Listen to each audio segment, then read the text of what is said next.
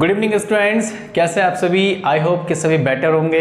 ठीक है, and now welcome back to my channel Nivana classes. और बच्चों, आज बात करेंगे आज के हमारे इस वीडियो सेशन में chapter number 3 current and electricity. और ये चैप्टर क्लास 12 स्टैंडर्ड में से है, जिस पे मुझे बात करनी है most important topic, the internal resistance of a cell. किसी भी सेल्स के लिए इंटरनल रेसिस्टेंस क्या होते हैं, इस टॉपिक को डिस्कशन करना है।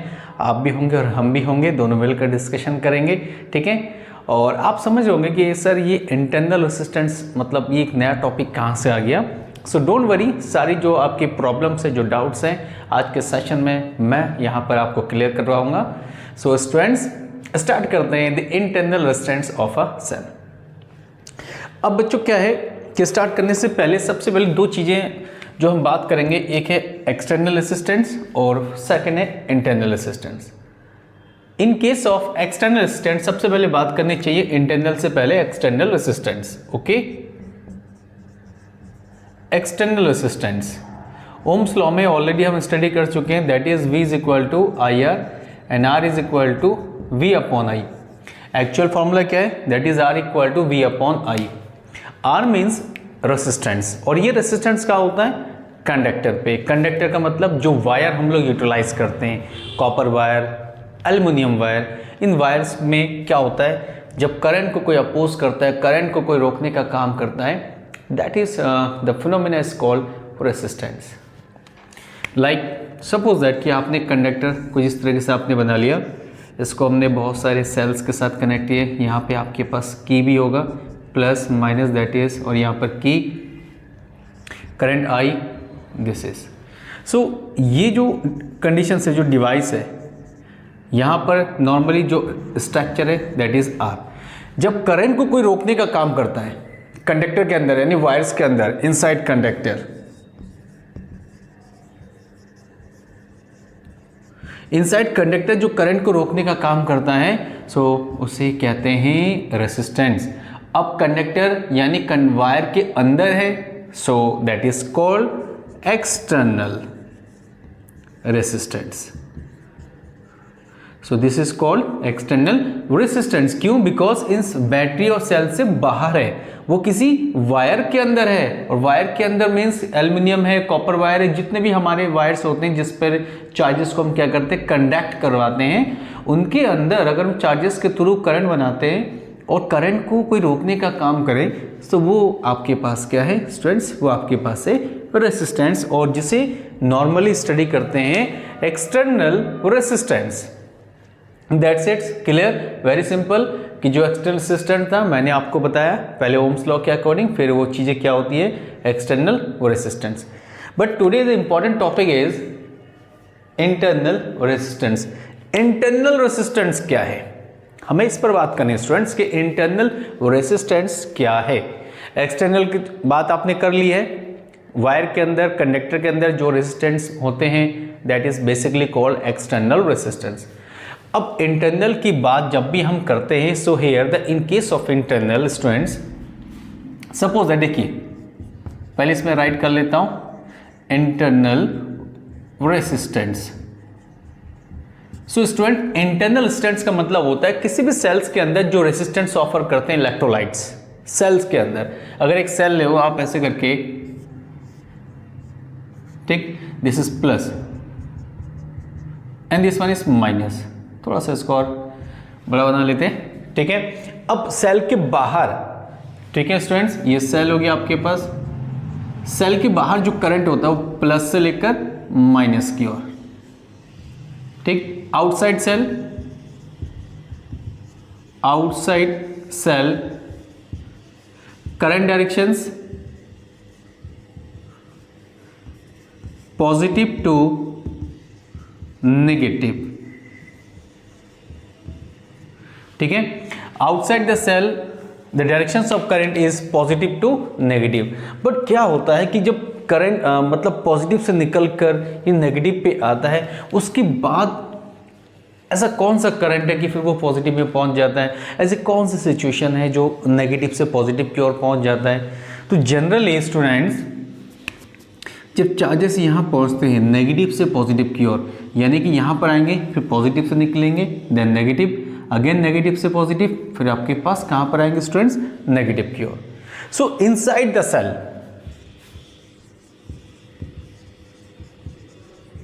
Inside the cell, inside the cell ये जो करंट हम सप्लाई करते हैं, यानी सेल्स के अंदर जो रेसिस्टेंस ऑफर करेगा, ठीक, किसको, चार्जेस को रोकने के लिए कि वो नेगेटिव से पॉजिटिव की ओर बिल्कुल भी ना जाए। तो सेल्स के अंदर यानी कि इस इलेक्ट्रोड्स के अंदर जो इलेक्ट्रोड्स एक रेसिस्टेंस ऑफर करते हैं with the help of electrolyte, so this resistance is called internal resistance of a cell. अब सेल्स के अंदर होते हैं, so that's why it is called internal resistance of a cell. Okay students, clear हो एकदम कि inside the cell the resistance offer,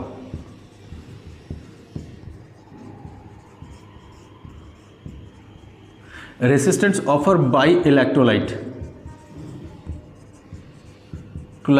of a cell is called internal resistance, is called internal resistance। तो cell के अंदर जितने भी आपके मतलब जो भी इलेक्ट्रोलाइट्स हमारे पास है, वो जो भी एक रेसिस्टेंस ऑफर करता है कि करंट को हम चार्जेस को नेगेटिव से पॉजिटिव की ओर बिल्कुल भी सेंड ना करें, या अगर सेंड कर भी रहे हैं कि एट एनी हाउ, तो उसको रोकने का अगर काम करते हैं इलेक्ट्रोड्स के अंदर, so this is called internal resistance. Now the symbol of the internal resistance is small R, capital R, you know that external resistance, so symbol of internal resistance is small R. Small R किसी भी internal resistance के लिए एक symbol होता है, यहां पर वो सिंबल क्या है, स्मॉल आर है, ठीक है। अब जब हम इंटरनल रेसिस्टेंस में स्टूडेंट्स इतनी सारी चीजें पढ़ रहे हैं, तो एक चीज मैं आपको और इसमें बताना चाहूंगा, the dependence of internal resistance. Internal resistance किन किन पॉइंट्स पे डिपेंड करता है, ये भी जानना बहुत इंपॉर्टेंट है। The dependence of internal resistance, dependence of internal resistance. अब फिर से इसको बना लेते हैं, there is no problem, negative negative negative, plus plus plus plus plus.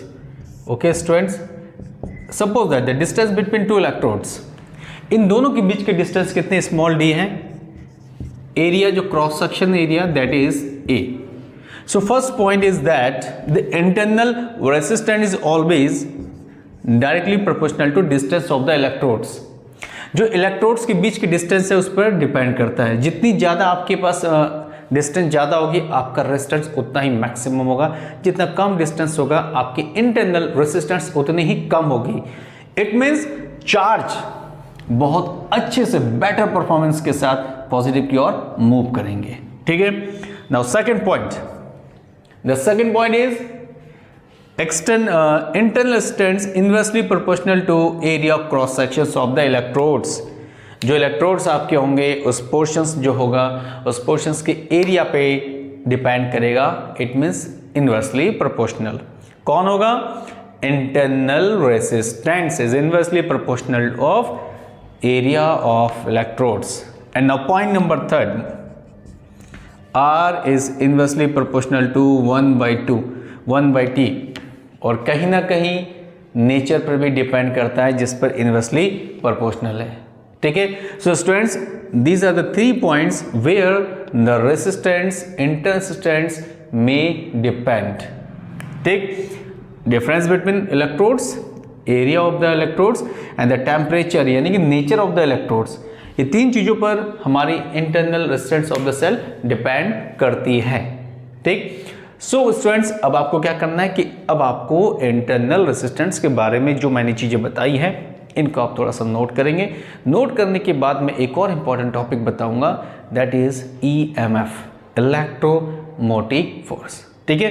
आप इसको नोट करें, फिर हम नेक्स्ट टॉपिक में बात करते हैं। हेलो स्टूडेंट्स, अब बात करते हैं यहाँ पर one more topic is electromotive force, that is EMF। Electromotive force क्या होता है, इसको बताने से पहले मैं एक और टॉपिक इसमें बताऊंगा, क्योंकि उस टॉपिक को बताना बहुत इंपॉर्टेंट है। देन फिर हम बात करेंगे इलेक्ट्रोमोटिव फोर्स। ठीक, आपको पता है स्टूडेंट्स, कंडक्टर के अंदर चार्जेस होते हैं, एलिमेंट्री चार्जेस होते हैं, तो क्या करते हैं कि वो रेस्ट फॉर्म पे होते हैं, उनको मोशन पे लाते हैं। जब उनको मोशन पे लाते हैं, सो this is called current electricity. हमने फर्स्ट टॉपिक में इस चैप्टर में स्टडी किया है। तो उन चार्जेस को मोशंस पे लाने के लिए हम क्या करते हैं, एक्सटर्नल सोर्स को यूटिलाइज करते हैं, जैसे बड़े बड़े सेल्स यूज़ करते हैं, सोर्स यूज़ करते हैं। उनका यूज़ करने से क्या होता है कि कंडक्टर के अंदर जितने चार्जेस होते हैं वो कहीं ना कहीं वन वे से सेकंड वे की ओर मूव करते हैं। ठीक है, यानी वो निठल्ले बैठे होते हैं चार्जेस को, उन निठल्ले चार्जेस को एक्टिव करने के लिए हमें बाहर से सोर्स देना पड़ता है, जिससे वो चार्जेस मूव करते हैं। ठीक, अब स्टूडेंट्स क्या है, अगर मैं मेंटेनेंस की बात करूं, मेंटेनेंस ऑफ करंट, करंट को मेंटेनेंस कैसे करेंगे। ठीक है, सो मेंटेनेंस करने के लिए एक एग्जांपल देता हूं, उसके बाद हम इलेक्ट्रोमोटिव फोर्स पे आएंगे। नॉर्मली अगर हम घरों की बात करें तो जैसे एक सेटअप हमने ऐसे क्रिएट कर लिया, ओके दैट्स इट, और एक सेटअप यहाँ पे ऐसे क्रिएट कर लेते हैं, ओके, और यहाँ से एक सेटअप ऐसे लगा लो, लाइक ये हमने सब पाइप लगा लेते हैं, इसमें कोई प्रॉब्लम नहीं है। ठीक है, पाइप लगाने पे सो स्टूडेंट्स यहाँ पर कुछ वाटर लेवल क्रिएट कर लेते हैं, दैट इज वाटर लेवल, और यहाँ पे कुछ वाटर लेवल आपके पास होगा।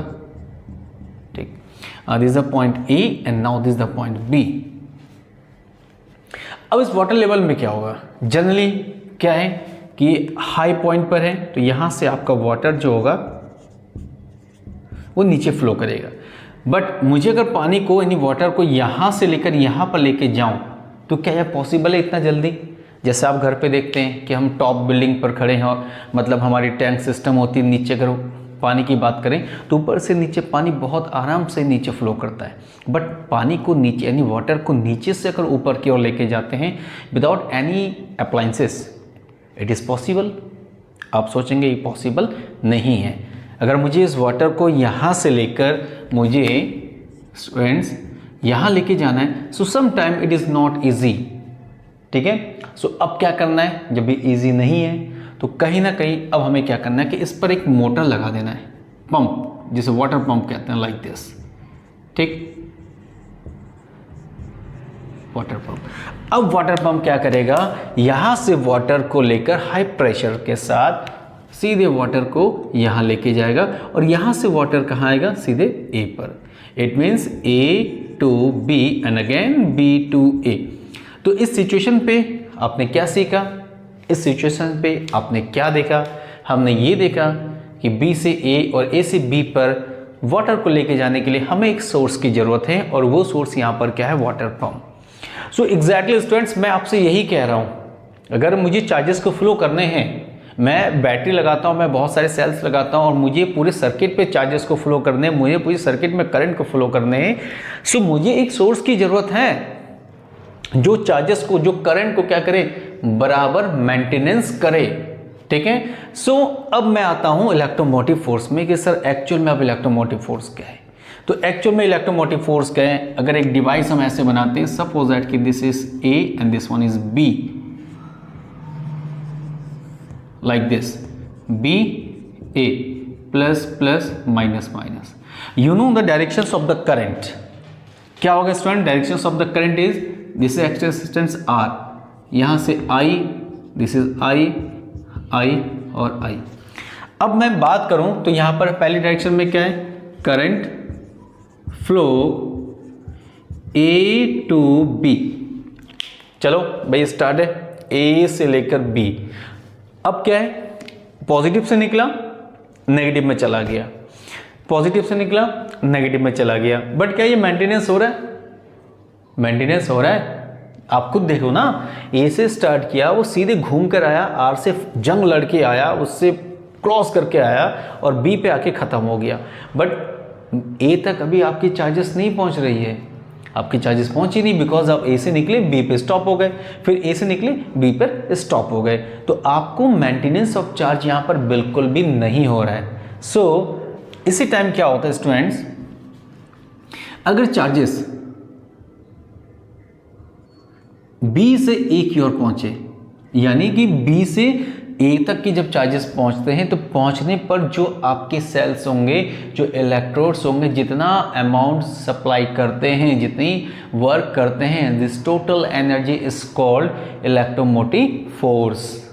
तो आपके पास इलेक्ट्रोमोटिव फोर्स मीन्स क्या हो गया कि जो चार्जेस होते हैं, जो करंट होते हैं, जब उसको B से हम A की ओर मूव करते हैं, सो मूव करने पे जितना वर्क आपका सेल करेगा that is called electromotive force. तो इससे क्या होगा, now the current move A to B, again current move B to A, जो बराबर मेंटेनेंस करेगा आपकी डिवाइस को। This process is called electromotive force. अब B से A पर जाने के लिए जो चार्जेस होंगे, इन पर इंटरनल रेजिस्टेंस भी लगेगा, ऐसा नहीं कि वो नहीं लगेगा, because internal resistance exist between the poles, cells के अंदर काम करता है। सो इनके अंदर इंटरनल रेजिस्टेंस भी लगेंगे, but charges flow B to A, ठीक है। Now charge flow B to A, so total amount of work, total amount of work supply by charge, ठीक है। Total amount of work supply by supply charge